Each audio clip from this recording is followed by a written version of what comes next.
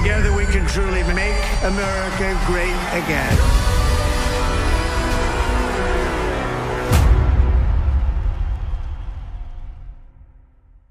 Make America great again, ये line तो आपने जरूर सुनी होगी। The time for empty talk is over. Now arrives the hour of action. और आजकल इसकी आवाजें अमेरिका में चारों तरफ गूंज रही हैं। मैं बात कर रहा हूं एक ऐसे टीवी स्टार के बारे में जिसने 2015 में पॉलिटिक्स में कदम रखते ही दुनिया को हिलाकर रख दिया।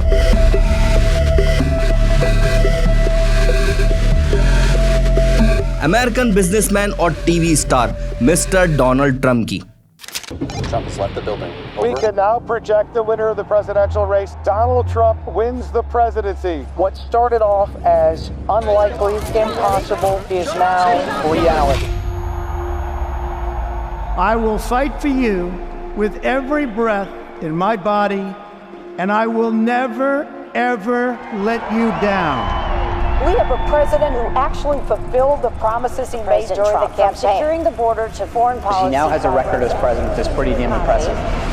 2025 वो साल है जब अमेरिकन अवाम ने डोनाल्ड ट्रंप की ताकत का दोबारा जलवा देखा और सुपर पावर होने का राज दोबारा से उनके हाथों में आ गया। मेरा नाम है सैयद सिकंदर और आप देख रहे हैं Encyclomedia hub.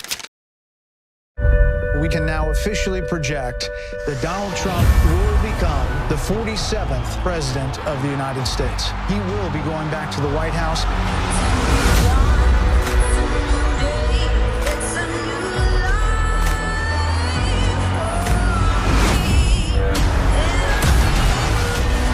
I will fight for you, for your family, and your future with every breath in my body. Donald Trump 14 जून 1946 को न्यूयॉर्क सिटी में पैदा हुए। उनका असल नाम डोनाल्ड जॉन ट्रंप था। उनकी जिंदगी का सफर क्वींस न्यूयॉर्क से स्टार्ट हुआ, जहां उन्होंने अपने फैमिली बिजनेस दी ट्रंप ऑर्गेनाइजेशन को संभालने का जिम्मा उठाया। डोनाल्ड ट्रंप ने अपनी इब्तदाई तालीम मिलिट्री एकेडमी से हासिल की। उसके बाद उन्होंने यूनिवर्सिटी ऑफ पेंसिल्वेनिया से इकोनॉमिक्स की डिग्री हासिल की। ट्रंप ने 1971 में अपना फैमिली बिजनेस संभाला और दी ट्रंप टावर और अटलांटिक सिटी कैसीनो जैसे मेगा प्रोजेक्ट से अपना नाम बनाया। मीडिया में भी डोनाल्ड ट्रंप ने अपना खूब नाम कमाया। 2004 में एक टीवी रियलिटी शो दी अप्रेंटिस को होस्ट किया, जो उस टाइम का ब्लॉकबस्टर शो था। लेकिन उनका असली धमाका तो तब हुआ जब 2015 में उन्होंने रिपब्लिकन पार्टी के कैंडिडेट के तौर पर इलेक्शन में कदम रखा और ट्रंप ने 2016 का इलेक्शन जीतकर दुनिया को हिलाकर रख दिया।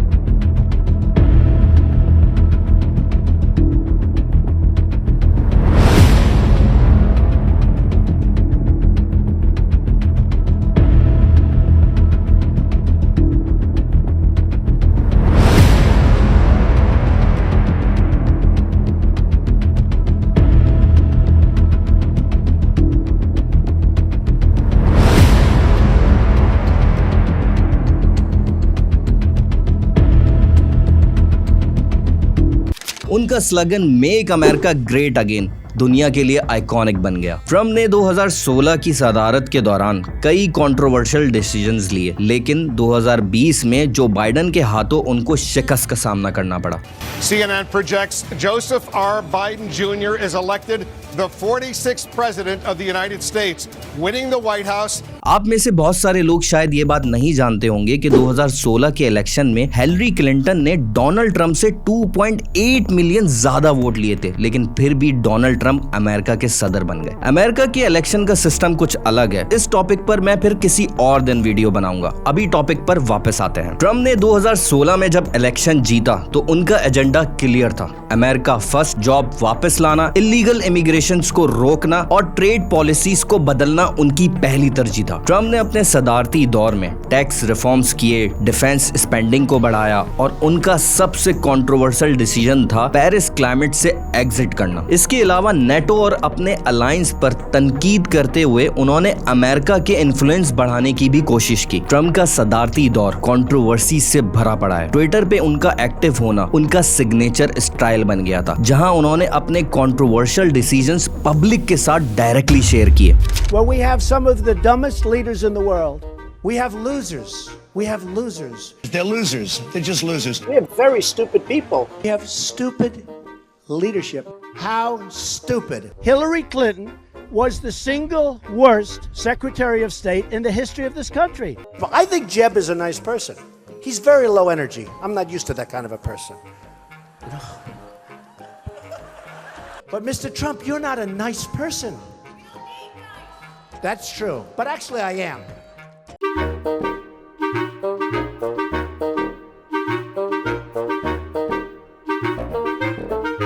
लेकिन उनके ट्वीट्स की वजह से कई दफा उनको तनकीद का निशाना भी बनाया गया। 2020 में इलेक्शन के बाद ट्रम्प ने फ्रॉड की एलिगेशंस लगाई, जिससे अमेरिका में उनके सपोर्टर्स और क्रिटिक्स के दरमियान एक बड़ा डिवाइड पैदा हो गया। ट्रम्प ने 2024 के इलेक्शन में बहुत ही मजबूत कैंपेन की, जिसमें उनका पूरा साथ दिया दुनिया के सबसे अमीर आदमी एलॉन मस्क ने। एलॉन मस्क ने ट्रम्प की कैंपेन में करोड़ों डॉलर ही नहीं खर्च किए, बल्कि एक पॉलिसी एडवाइजर और प्रमोटर के तौर पर भी काम किया। उन्होंने अपने एक्स सोशल मीडिया प्लेटफॉर्म को मेक अमेरिका ग्रेट अगेन एक मेगा प्लेटफॉर्म बना दिया। इसके अलावा अमेज़न और मेटा के बानी जेफ बेजोस और मार्क ज़करबर्ग ने भी डोनाल्ड ट्रम्प को सपोर्ट किया। और जब ट्रम्प की जीत का झंडा लहराता नजर आने लगा तो मस्क ने पोस्ट किया, the future is gonna be fantastic. 2025 में उनका वापस आना एक बड़ा पॉलिटिकल मूवमेंट बना। 2024 में उन्होंने अपनी इलेक्शन कैंपेन के जरिए अपने सपोर्टर्स का ट्रस्ट जीता। ट्रम्प का एजेंडा इस बार भी वही था, इकोनॉमी को बूस्ट करना, इलीगल इमिग्रेशंस को और सख्त करना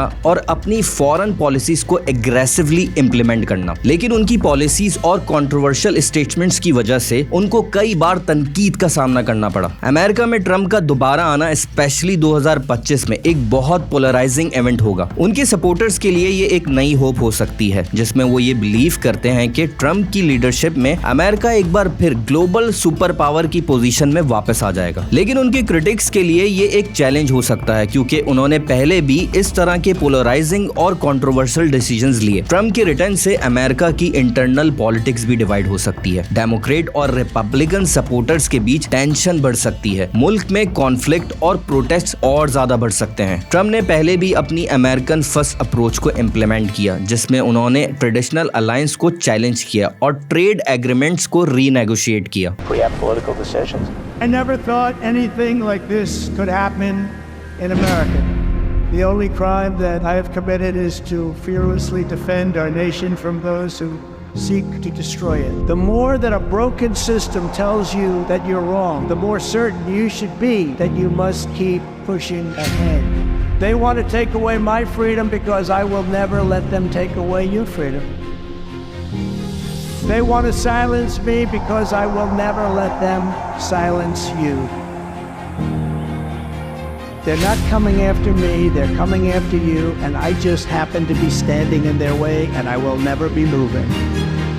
अब उनका पहला टारगेट हो सकता है चाइना और रशिया के साथ अपने रिलेशंस को बैलेंस करना और नॉर्थ कोरिया और ईरान की पॉलिसीज को और सख्त बनाना। ट्रम्प ने पहले भी नेटो और अपने अलायंस को तनकीद का निशाना बनाया था। ये भी हो सकता है कि वो दोबारा अपने अलायंस को चैलेंज करें और अपनी मिलिट्री कमिटमेंट्स को रिकंसिडर करें। ट्रम्प ने ग्रीनलैंड को खरीदने और पनामा कनाल पर कब्जा करने की बात की है, जिसकी वजह से दुनिया भर में टेंशन फैल रही है, खास तौर पर उन मुल्कों में जो इस इलाकों से मुतासिर हो सकते हैं। ट्रम्प ने अपने पहले टेन्योर में टैक्स कट और डीरेगुलेशन का प्लान इंप्लीमेंट किया था, जो बिजनेस और इकोनॉमी ग्रोथ को बूस्ट करने की कोशिश थी। अब दोबारा उनका फोकस इकोनॉमी रिकवरी और अपनी अमेरिकन फर्स्ट अप्रोच की पॉलिसीज को इंप्लीमेंट करने पर है। ये उनके सपोर्टर्स के लिए बहुत बेनिफिशियल हो सकता है, लेकिन ग्लोबल मार्केट में बहुत बड़ी चेंजेस ला सकता है। ट्रम्प की एडमिनिस्ट्रेशन ने यूएस मल्टीनेशनल्स पर एक्स्ट्रा टैक्स लगाने वाले मुल्कों के खिलाफ कदम उठाने का इरादा किया है। इससे ग्लोबल टैक्स डिस्प्यूट बढ़ सकता है, जो इंटरनेशनल इंटरनेशनल ट्रेड को मुतासर करेगा। ट्रम्प ने कनाडा और मैक्सिको पर बहुत सीरियस टैरिफ लगाने का इरादा जाहिर किया है। इससे नॉर्थ अमेरिका ट्रेड में टेंशन बढ़ सकती है, जो यूएस इकोनॉमी को मुतासर कर सकता है। ट्रम्प की एडमिनिस्ट्रेशन ने प्रोजेक्ट 25 का आगाज किया है, जो कंजर्वेटिव पॉलिसीज को प्रमोट करने का प्लान है। इससे फेडरल गवर्नमेंट के स्ट्रक्चर में तब्दीली आ सकती है। सोशल मीडिया ट्रम्प का सबसे पावरफुल टूल है। ट्विटर पे उनका बैन और एलन मस्क का उनको सपोर्ट करना एक नई ताकत बन सकता है। 2025 में ट्रम्प अपने पॉलिटिकल नैरेटिव को बढ़ाने के लिए सोशल मीडिया प्लेटफॉर्म का एक्टिवली यूज करेंगे। मीडिया ट्रम्प की लेगेसी को पोलराइजिंग बनाता है। कंजर्वेटिव आउटलेट्स फॉक्स न्यूज उनकी पॉलिसीज को सपोर्ट करता है, जबकि लिबरल आउटलेट CNN उनकी तनकीद का जरिया बनता है। पब्लिक ओपिनियन ट्रम्प के फेवर और अगेंस्ट दोनों एक्सट्रीम पर हैं, जो अमेरिका के इंटरनल डिवाइड को और डिपेंड करेगा। ट्रम्प के सदारती दौर में इंडिया के साथ इकोनॉमिक और डिफेंस रिलेशन मजबूत हो सकते हैं। इंडो पैसिफिक रीजन को काउंटर बैलेंस करने के लिए यूएस इंडिया को सपोर्ट करेगा। डिफेंस डील और कोर्ट पार्टनरशिप्स के जरिए यूएस और इंडिया के रिलेशन मजीद इंप्रूव होंगे। इमिग्रेशन पॉलिसीज और H-1B वीजा रिस्ट्रिक्शंस का असर इंडियन प्रोफेशनल्स पर हो सकता है, जो एक नेगेटिव इम्पैक्ट लेकर आ सकता है। पाकिस्तान के साथ ताल्लुकात कुछ खास नहीं रहेंगे, लेकिन ज्यादा डिपेंड करेगा अगवान पॉलिसीज और पाकिस्तान चाइना CPEC पर। अगर ट्रम्प चाइना के खिलाफ ज्यादा एग्रेसिव होते हैं तो इसका डायरेक्ट प्रेशर पाकिस्तान पर भी आ सकता है। अगवान पॉलिसीज में ट्रम्प तालिबान के साथ पीस डील को मजीद इवॉल्व करना चाहेंगे। ट्रम्प के प्लान में अफगानिस्तान के नेचुरल रिसोर्सेज पर फोकस करते हुए इकोनॉमिक एंगेजमेंट, मिलिट्री स्टेबिलिटी को फोकस करना है। ट्रम्प को रशिया यूक्रेन वॉर में चाइना के साथ ट्रेड टेंशन जैसे इश्यूज का सामना करना पड़ सकता है। ट्रम्प का कहना है कि वो 24 घंटों में रशिया यूक्रेन वॉर को खत्म कर सकता है, लेकिन प्रैक्टिकली ये मुमकिन नहीं। ट्रम्प की डोमेस्टिक पॉलिसीज जैसे इलीगल इमिग्रेंट्स की रेपेट्रेशन, चाइना के प्रोडक्ट्स पर 60% टैरिफ लगाने की वजह से इन्फ्लेशन बढ़ सकती है, जो आम लोगों को नुकसान पहुंचाएगी। इससे उनकी एडमिनिस्ट्रेशन को इकोनॉमिक बैलेंस बनाए रखने में मुश्किल हो सकती है। ट्रम्प के लिए सबसे बड़ा चैलेंज होगा कि अपने सदारती दौर के दौरान